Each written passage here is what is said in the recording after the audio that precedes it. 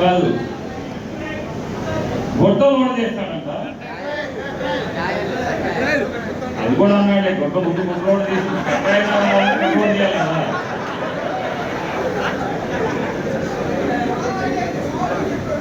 ఇంకోటి లేదు, ఇంకోటి కూడా అన్నాడు,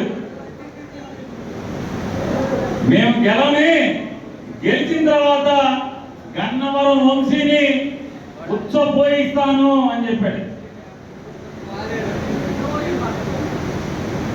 కొన్ని జగన్మోహన్ రెడ్డి గారు దిగిపోయింది కాడి నుంచి. ఇప్పుడు అన్నోడు నాన్న ఎక్కిన కాడి నుంచి వంశీ కొన్ని హైదరాబాద్లో ఉన్నాడు అనుకోండి. 5 నెలలు బెదవా జైల్లో ఉన్నాడుగా. రోజు వెళ్ళి పోయించావా జైల్లోకి వెళ్ళి? 5 నెలలు రోజుకి వెళ్ళి జైల్లోకి వెళ్ళి పోయించావా అని అడుగుతున్నా. ఎందుకు పోయించరా? మాట మీద నిలబడవా?